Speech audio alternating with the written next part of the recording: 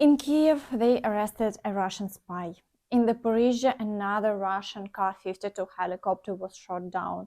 And at the White House, they shared information about what's happening with the training of Ukrainian pilots on the F-16.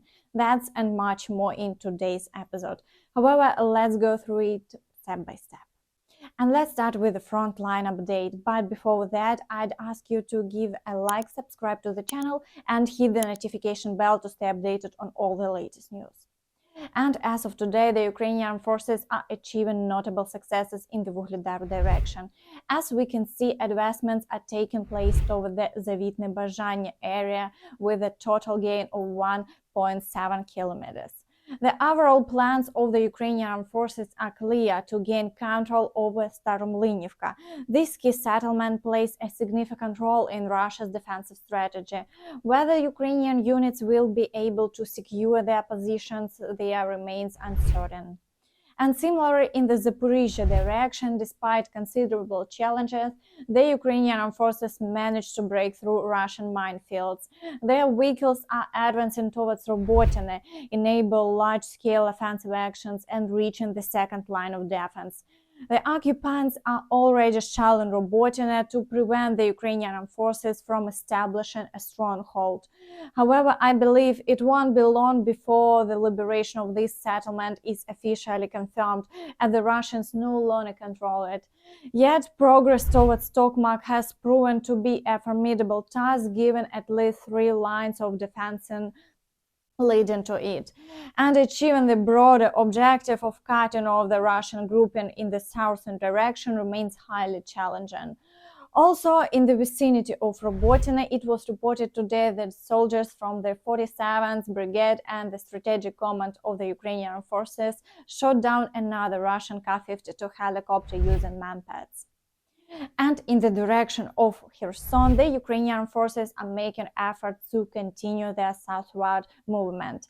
Several footholds have been established on the left bank, which could serve as launching points for future assault operations. However, there are currently no active advancements, and the occupiers, as before, continue to shell all settlements near the front. And now let's move directly to the Kupiansk direction. The situation here remains highly challenging, but the Ukrainian forces are conducting counterattacks and trying to help the Russian offensive. It's evident that some battles are occurring within the occupied territory, indicating that the previous Russian advance of 5 kilometers has been pushed back by the Ukrainian forces. Even the settlement of Vilchana came under fire from the occupants, which could suggest the presence of our forces in that area. And this information has been reported by the Ukrainian Forces General Staff itself. And in the vicinity of Svatovo, all Russian attacks have ceased along the front line. The Ukrainian forces successfully repelled all assaults, and today the Russians are shelling Staromykhailivka and other settlements. And in the Kremina and Siversk areas along the front line, the situation has stabilized with fewer shelling incidents. Primarily, the occupants are attempting to strike at the rear. The offensive actions that were previously taking place are no longer being carried out. And in the Bakhmut direction, there are reports of both frontline and rear area shelling incidents.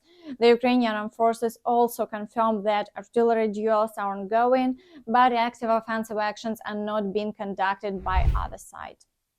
And in the Avdiivka direction, the occupants show no signs of stopping, and they still have reserves for offensive operations. As a result, the attacks continue on the outskirts of Avdiivka, accompanied by a significant amount of shelling on the city. And further south, there are also attacks on Krasnogorivka and Marinka, but here as well, the Ukrainian forces are achieving success. And meanwhile, the occupants continue their offensive actions, hoping that the Ukrainian forces will eventually run out of resources and they will find a moment to break through. Overall, the Russians are relying on their numerical advantage and attempting to wait until our forces become depleted. And as we can see, for more effective advancement, our fighters simply need more weaponry. And in the White House, it has been announced that the United States, along with the European allies, is working to ensure that the training of Ukrainian pilots on F-16 fighter jets begins as soon as possible. And according to Европейская Правда, John Kirby, the coordinator for strategic communication at the US National Security Council, stated this during a briefing. However, he also added that he doesn't have new information regarding the training of Ukrainian pilots. Second question, or your first question on F-16s. I don't have an update for you on F-16 training. Obviously, coming out of Vilnius and the G7, the president made a strong commitment that we do support F-16, eventual F-16 delivery to Ukraine. And you got to start with training. And we have been working with our European allies in particular to see if we can get that training going as soon as possible. But that's still a focus. I don't have an update for you on when it's going to start or where, but we are actively working with our European allies and friends to see if we can get that training started as soon as we can. And previously, Kirby had mentioned the possibility of Ukrainian pilots undergoing F-16 training on US soil. However, in mid-July, Ukraine and 11 partner countries signed a memorandum that outlined the terms for training Ukrainian pilots on F-16 fighter jets. The training is scheduled to start in August. However, according to media report, the US hasn't yet approved the final training plan, as European states haven't reached a consensus on all its details. And in the US presidential administration, information about discussion regarding the possible granting of NATO membership to Ukraine in exchange for relinquishing parts for its territory to Russia has been refuted. In response to a journalist's question about the discussion on trading Ukrainian territories for NATO membership, John Kirby clarified there is nothing like that. That's not the case.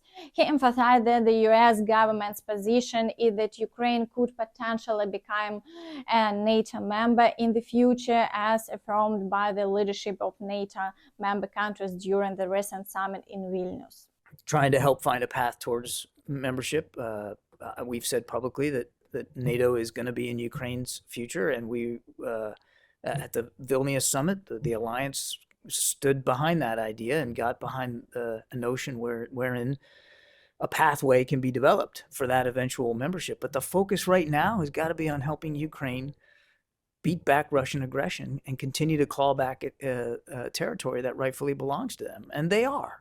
They are making progress every day. Even they've said it's not going as far as fast as they would like, but they are making progress, and we're going to continue to support them. You just saw, another announcement of security assistance from the United States just this week.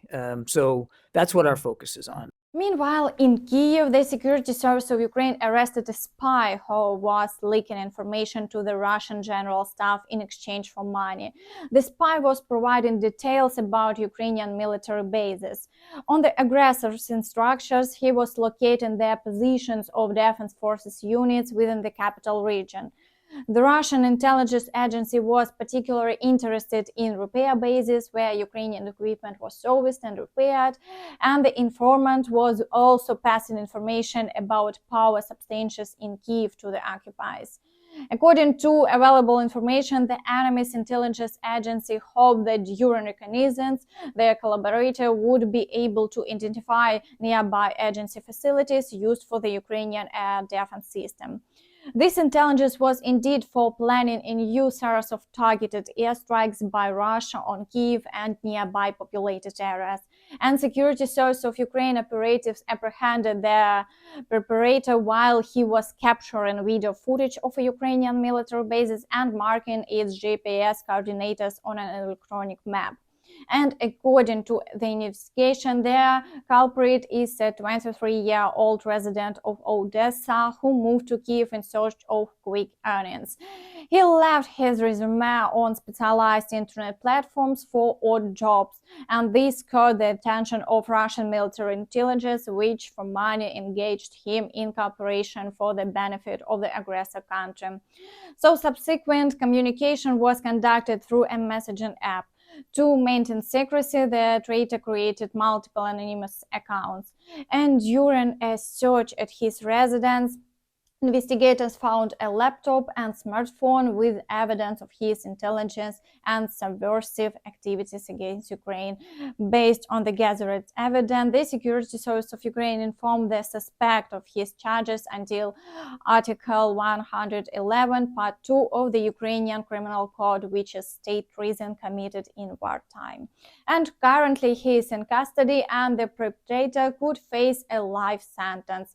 The special operation was conducted under the procedural guidance of the Office of the Prosecutor General. And that's all from me. Thank you for watching and see you next time. Bye bye.